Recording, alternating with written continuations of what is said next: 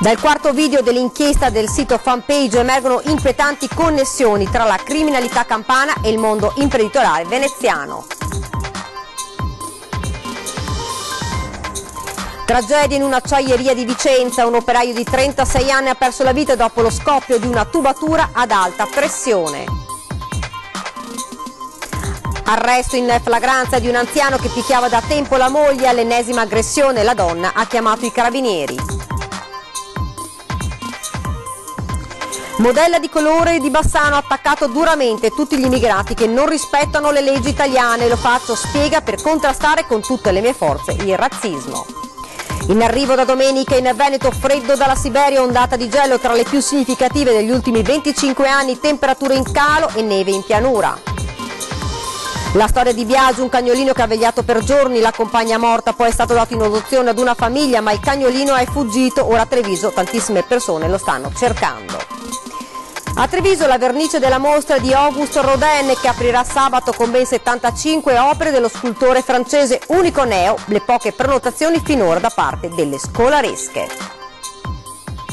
Buonasera e ben ritrovati, edizione regionale dei notiziari di Antenna 3 Nord-Est. In primo piano la cronaca, lo avete sentito dal quarto video dell'inchiesta del sito Fanpage, emergono inquietanti connessioni tra la criminalità campana e il mondo imprenditoriale veneziano. Sentiamo.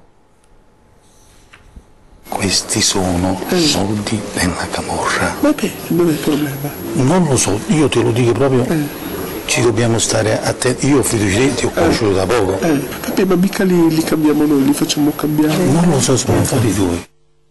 L'ombra della camorra si allunga su Marghera. L'ultima puntata dell'inchiesta della testata online Fanpage sui traffici illegali in Campania mostra una misteriosa donna dall'accento veneto proporre all'ex boss camorrista Nunzio Perella, infiltrato per il giornale, un'area per lo stoccaggio di rifiuti nelle vicinanze del porto commerciale di Venezia. Secondo gli autori dell'inchiesta, la donna avrebbe fatto da tramite per una cordata di imprenditori locali, millantando familiarità con esponenti della politica locale e nazionale. La magistratura deve fare chiarezza, perché se ci sono mele marce nel nostro territorio debbono essere individuate. Marghera ha già pagato un prezzo altissimo per i traffici illeciti intorno al porto e al sito industriale, ricordano dal Movimento 5 Stelle. È necessario usare ogni mezzo per impedire infiltrazioni della criminalità organizzata nel nostro territorio. La figura dell'agente provocatore è stata da noi espressamente presentata e proposta in Parlamento nel 2015 e nel 2016. Queste nostre proposte sono state bocciate. L'agente provocatore, come è appunto questo rimedio utilizzato da Fanpage, è utilissimo e serve anche per i reati di corruzione che danneggiano il nostro Paese. Al di là di eventuali aspetti penali, sostengono i grillini, la politica ha il dovere di impedire che Marghera diventi il terminale delle rotte dei rifiuti. Per questo sito il futuro deve essere un altro. Diciamo un no chiaro, un no a nuovi siti di stoccaggio per rifiuti tossico-nocivi a Porto Marghera. Porto Marghera deve essere recuperata, sono già stati fatti dei tentativi in passato anche con l'aiuto e l'avallo della regione, e fortunatamente la popolazione si è sollevata contro queste ipotesi, le ipotesi del revamping di Alles e anche altri episodi.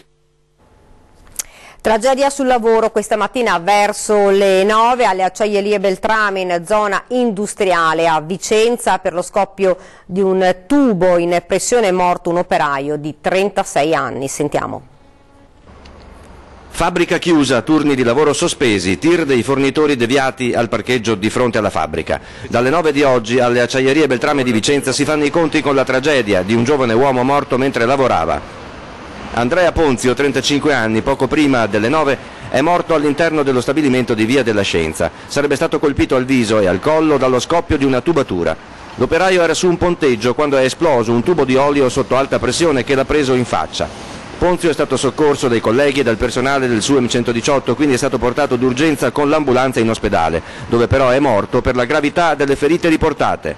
La questione di fondo è che c'è un livello di rischio quotidiano ormai inaccettabile, e questo livello di rischio periodicamente, tragicamente e in tempi sempre più ravvicinati fa emergere infortuni gravi e anche mortali come quello di oggi, veramente una cosa che lascia senza fiato. Ponzio lascia la compagna e una figlia piccola. Alla Beltrame sarà sciopero per tutto venerdì. La produzione riprenderà lunedì mattina. Martedì sarà la giornata della solidarietà con la famiglia della vittima di tutti i metalmeccanici della provincia di Vicenza. A livello provinciale, come FIM, SIOM e WIM, abbiamo proclamato un'ora di sciopero per tutto il settore metalmeccanico della provincia, 4 ore nel siderurgia, fonderia e forge, perché questi fatti accadono troppo di frequente. Si è avvalso della facoltà di non rispondere il 31enne di Cesio Maggiore nel Bellunese, indagato insieme al padre di 72 anni per procurato allarme, danneggiamento aggravato e tentata estorsione nell'inchiesta su Erostrato. Il mitomane, che da 7 mesi invia lettere minacciose alle diverse autorità di Cesio Maggiore e Santa Giustina, che lo ricorderete aveva fatto ritrovare vicino ad un asilo un sacchetto di caramelle infilzate con dei spilli. Ed ora siamo invece all'arresto in flagranza di un anziano che picchiava da tempo la moglie. All'ennesima aggressione la donna ha chiamato i carabinieri. Un 79enne di Castelfranco Veneto, impresario edile in pensione, è stato arrestato dai carabinieri con l'accusa di maltrattamenti in famiglia. Da diverso tempo, secondo il racconto della moglie, la malmenava, la picchiava. La sua ira era spesso e volentieri scatenata da piccole cose di ogni giorno, senza alcuna importanza. Ieri l'ennesima violenta aggressione con la vittima, che di anni ne ha 69, presa a pugni, calci e spinte. La donna ha chiamato i carabinieri che, intervenuti nell'abitazione della coppia, hanno bloccato il marito manesco e lo hanno condotto prima in caserma, poi in cella nel carcere di Santa Bona, dove è in attesa dell'udienza di convalida del provvedimento. Difficilmente potrà tornare sotto lo stesso tetto della consorte. E continua a far discutere il caso del professore della scuola media di Paese picchiato dal padre di un alunno. Sulla vicenda interviene il sindaco e l'ex dirigente della Casteller, Claudio Baccarini. Quello che è accaduto, hanno detto, è inaccettabile. Ai ragazzi arriva un messaggio estremamente negativo, come se da domani ogni alunno che si ritiene ingiustamente colpito, magari perché ha preso una brutta insufficienza o quant'altro, ritenga il genitore di poter andare a picchiare il professore che gli ha messo un'insufficienza. È un messaggio gravissimo. Così Claudio Baccarini, ex dirigente scolastico della scuola media Casteller di Paese, sulla delicata questione del professore picchiato dal padre di un alunno. Ma se questo è già grave, a rendere la situazione ancora più paradossale è il procedimento disciplinare partito dalla scuola verso lo stesso insegnante. Questa è una cosa assurda, quando io l'ho letta sui giornali mi ha molto stupito, meravigliato così. La scuola deve per prima cosa sapersi far quadrato, sapersi difendere, e questa è una cosa non accettabile. Fra l'altro, dice Baccarini, è un professore davvero bravo. Il professore è un professore molto in gamba e io, anche da ex insegnante di matematica, posso dirle che era uno dei pochi che sapeva far amare la matematica a tutti. Massima solidarietà al professore anche da parte dell'amministrazione comunale, il sindaco poi aggiunge. Per anni il rapporto tra il comune e le istituzioni scolastiche sono state sempre ottimi, più che buoni. Con l'arrivo della dirigente scolastica attuale qualcosa si è incrinato e a tutti gli effetti noi abbiamo più di qualche difficoltà a relazionarsi con la scuola. La dirigente scolastica Paola Rizza al telefono risponde così a tutte le accuse. Mi dispiace molto per quello che sta accadendo nella mia scuola, dove c'è sempre stata una grande serietà e professionalità, una vicenda che continuerà a far discutere. Le regole vanno rispettate e i bulli non devono salire sugli scuolabus. A parlare il sindaco di Santa Lucia di Piave, Riccardo Szumski, che ha sanzionato 2 bulletti di 8 e 9 anni che vessavano e picchiavano i loro compagni sul pulmino.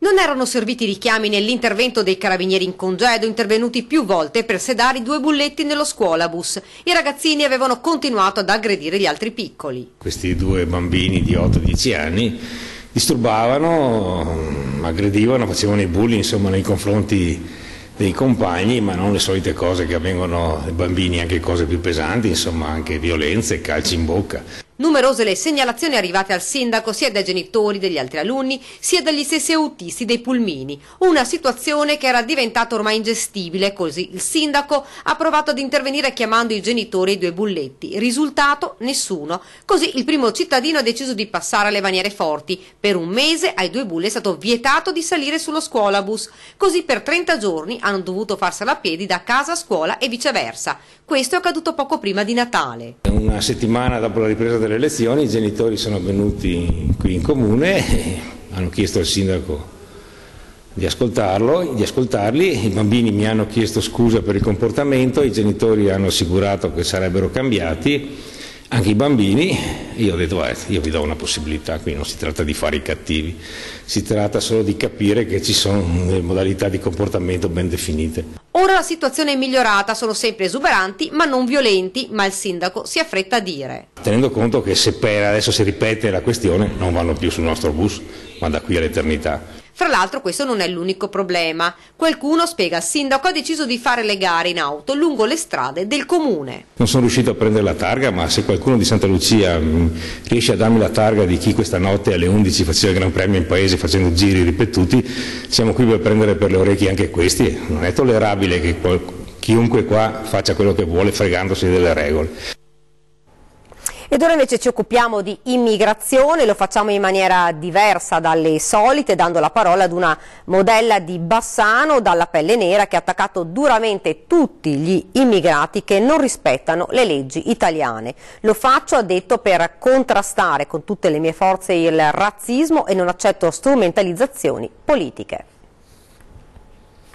Giada Sgarbossa, una negra italiana, proprio per dire io che sono dalla parte delle persone di colore dico basta comportarsi in maniera sbagliata perché diamo voce alle persone che vogliono attaccarci. Giada Sgarbossa, 30 anni, modella, titolare di un'agenzia di comunicazioni originaria di Cittadella, vive ormai stabilmente a Bassano del Grappa. È balzata agli onori della cronaca dopo un post sui social in cui attaccava duramente gli immigrati definendoli parassiti ed è stata subito tacciata di razzismo. Al nostro microfono ha voluto spiegare il perché delle sue parole.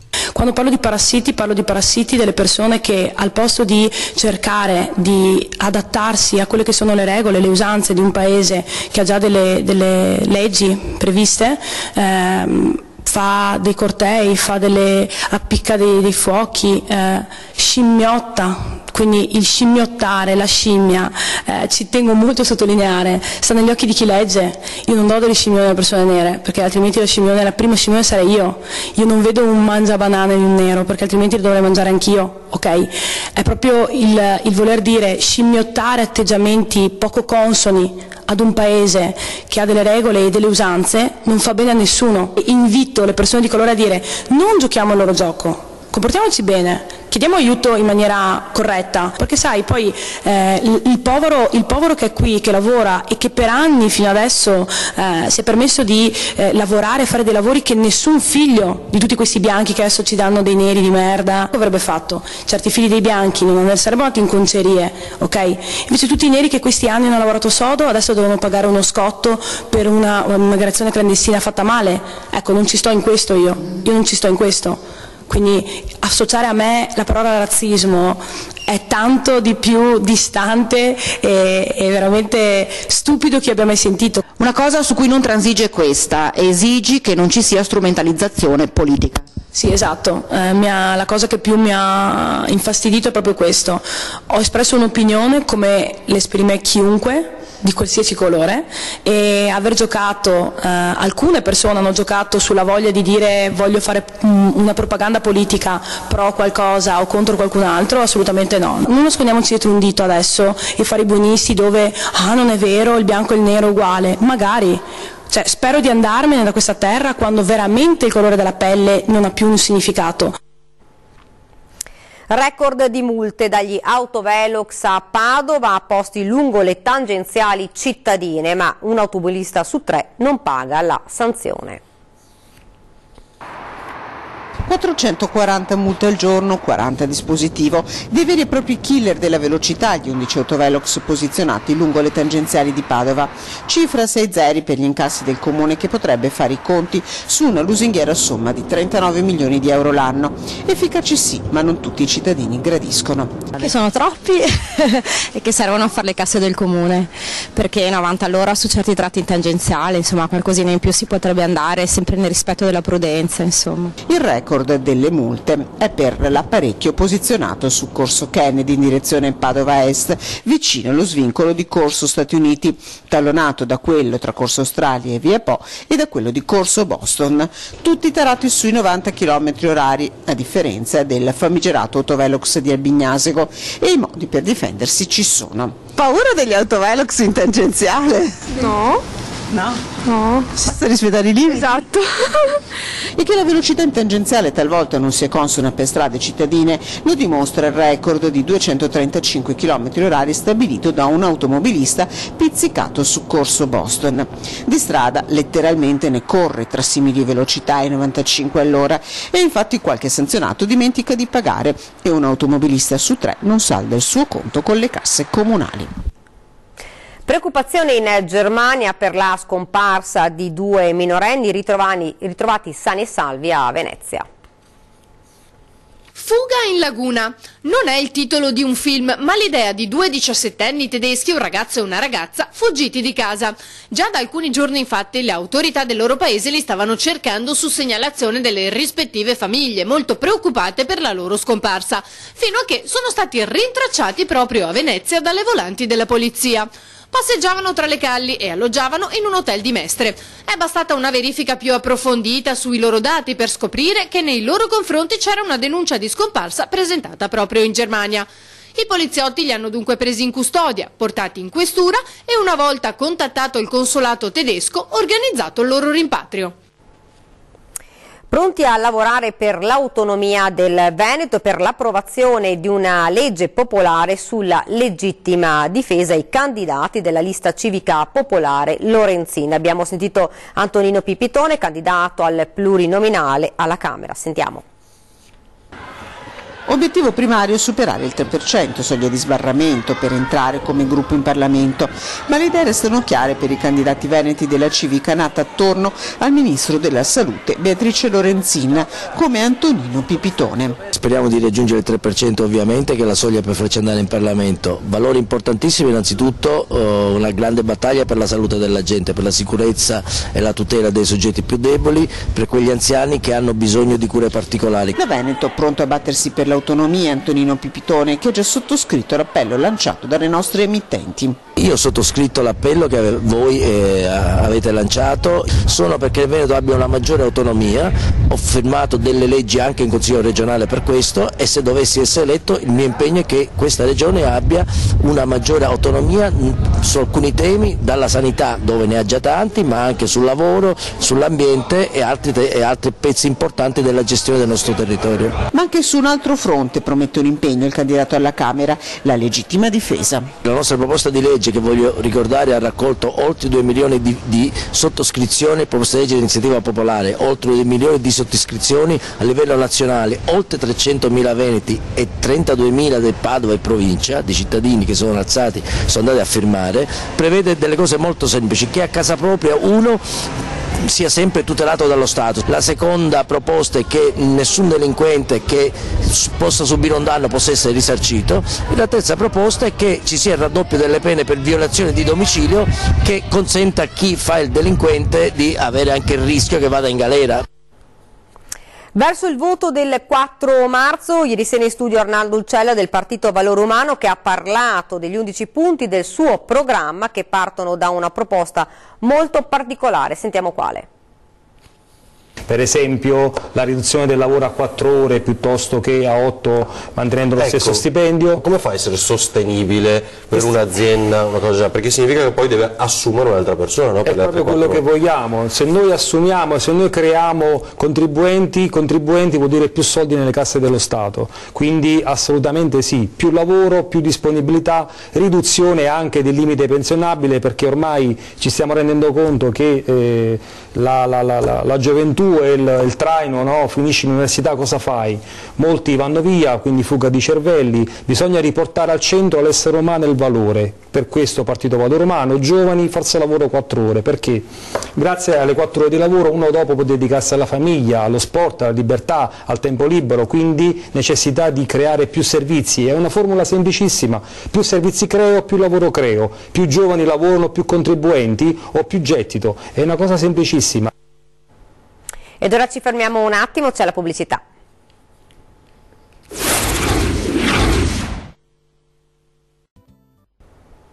Bene, siamo tornati nuovamente in studio e parliamo ora del tempo, perché da domenica fino a mercoledì della settimana prossima è in arrivo il gelo sul Veneto, temperatura in discesa e qualche fiocco di neve anche in pianura. Un'ondata di gelo come quella del 1985 o più recentemente del 2012 in arrivo sul Veneto a partire dal prossimo fine settimana. Un colpo di coda dell'inverno, in ritardo rispetto al calendario, con quella che secondo gli esperti sarà tra le più intense dell'inverno. Freddo siberiano che si farà sentire da domenica, anche se l'apice del gelo sarà tra lunedì e mercoledì prossimi, quando le temperature, secondo l'ARPAV, potranno scendere anche di 10-15 gradi rispetto alla media del periodo. A 1500 metri di quota sono attese temperature mediamente intorno ai meno 12-15 gradi, che in diverse località montane potranno far scendere i valori minimi anche al di sotto dei meno 20 gradi.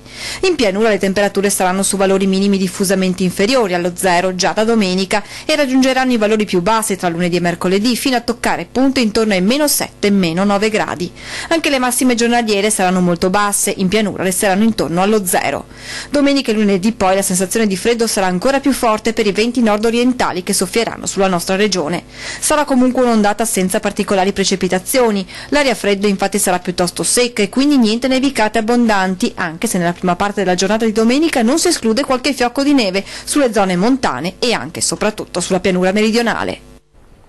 Ed ora la storia di Biagio, un cagnolino che per giorni ha vegliato la compagna morta prima di farsi avvicinare. Dopo essere stato dato in adozione però è fuggito ed ora tantissime persone lo stanno cercando. Vediamo. Questo cane era 2 giorni che accudiva una cagnetta investita su un ciglio di una strada grossa, di una strada provinciale a fonte verso Asolo. Deborah Baraldo conosce per la prima volta questo cagnolino, Biagio, una notte lungo una trafficata strada provinciale. L'animale da giorni sta vegliando la sua compagna, morta, cerca di proteggerla dalle auto. Non si fa avvicinare, ha paura, ma a Deborah viene un'idea. Mi è venuto un lampo di genio di mettere il pianto di un cane sul telefonino, l'ho messo dentro il trasportino e mi sono presa la cagnetta in braccio proprio vicino alla porta del trasportino e sono riuscita a catturarlo. Biagio e la sua compagna stanno per qualche giorno a casa di Deborah, poi viene dato in stallo ad una volontaria di Castelfranco. Nel frattempo viene trovata una famiglia di Treviso a cui darlo in adozione. Il cane viene consegnato alla coppia domenica pomeriggio, dopo poche ore però salta la rete e fugge.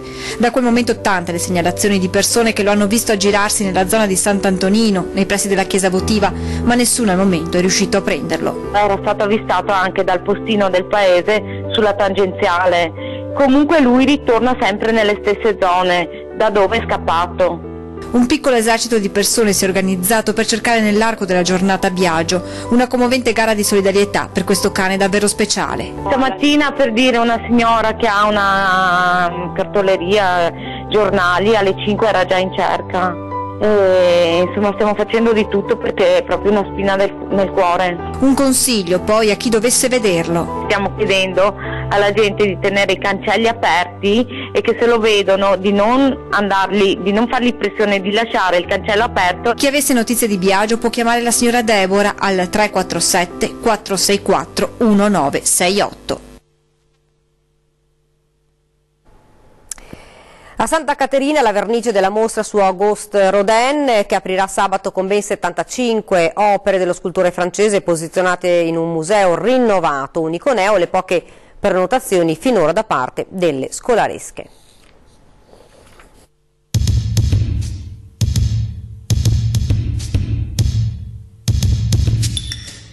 momento in cui il lavoro fatto in tanto tempo finalmente diventa realtà per tutti. Sono veramente contento ed è quello che volevo. L'attesa è terminata, eccola completata con i commenti entusiastici del Museo Rodin di Parigi, la mostra a Santa Caterina dedicata al principale scultore vissuto al tempo di Monet. 75 opere, 50 sculture, oltre a un Munch e proprio a un Monet, in un museo rinnovato non solo nella Pinacoteca, come già anticipato, ma anche nella cosiddetta Sala Ipogea, dove trovano collocazione ideale il bacio e il pensatore. Una sensazione splendida, il sabato del villaggio, l'attesa della festa di questa comunità, una mostra straordinaria, una scommessa che abbiamo fatto insieme a Linea d'Ombra di scommettere sulla scultura, abbiamo però scommesso sul più grande artista del Novecento, il scultore del Novecento, Rodin, in dialogo con Arturo Martini. Penso che sia una grandissima occasione personalmente come trevigiano e come sindaco per tutta la città avere un'esposizione così straordinaria. Non si mira ai grandi numeri registrati con la pittura, l'obiettivo è quello di 70-80 mila visitatori, tiepida per ora la risposta delle scuole. Pensavo di partire con non più di 12-15 mila prenotazioni, partiamo da 20, quindi questo molto bene. Già dal terzo fine settimana abbiamo quasi il pieno dei gruppi, che è una cosa incredibile per una mostra di Rodin. Per me è un po' il dispiacere che il mondo della scuola non colga questa straordinaria opportunità, ma questo l'ho detto anche, molto sintomatico il fatto che per i miei corsi per storia dell'impressionismo avessero prenotato quasi 1200 insegnanti, parlo solo della provincia di Treviso, e qui nemmeno 250. Ma fino al 3 giugno la strada è lunga, Comune, Linea d'Ombra, categorie economiche e sponsor privati hanno accettato la scommessa e Goldin è attirato dalla sfida. Sapevo perfettamente che quando ho proposto di fare una mostra su Rodin sarebbe stato un progetto culturale molto alto e però più difficile dal punto di vista del pubblico, tanto che mi sono divertito a dire proverò finalmente l'ebbrezza di fare una mostra non popolare.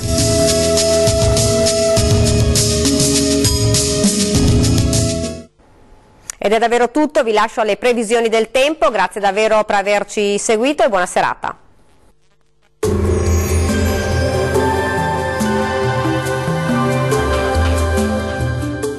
Termoidraulica Susin. Se compri una caldaia, in omaggio il condizionatore. Termoidraulica Susin a 0 branco. Bentrovati con le previsioni meteo di Antenna 3. Sarà un'altra giornata caratterizzata da un tempo perturbato sul Triveneto, ancora piogge dunque, ma anche neve a bassa quota o fino in pianura. Vediamo insieme il dettaglio di venerdì 23 febbraio. Sul Veneto cielo coperto su tutti i settori con piogge e con locali precipitazioni nevose fino in pianura. Vediamo le temperature, le massime saranno comprese tra 3 e 4 gradi, minime oscillanti invece tra 0 e 2 gradi. Spostiamoci ora a vedere che tempo farà sul Friuli Venezia Giulia. Anche qui il cielo risulterà coperto ovunque con piogge e nevicate fino in pianura. Per quanto riguarda le temperature, le massime saranno comprese tra 4 e 6 gradi, minime invece di circa 1 grado sopra lo zero. Vediamo infine la situazione anche sul Trentino Alto Adige. Molto nuvoloso anche su questa regione con nevicate fino al piano, maggiori schiarite tuttavia sull'Alto Adige. Uno sguardo anche qui alle temperature. Le massime saranno comprese tra 9 e 11 gradi, valori minimi invece sotto lo zero, oscillanti tra meno 2 e meno 4 gradi. Ecco infine la situazione dei mari e dei venti. Il mare sarà generalmente mosso, i venti risulteranno forti dai quadranti nord-orientali. Dal meteo di Antenna 3 è tutto, arrivederci.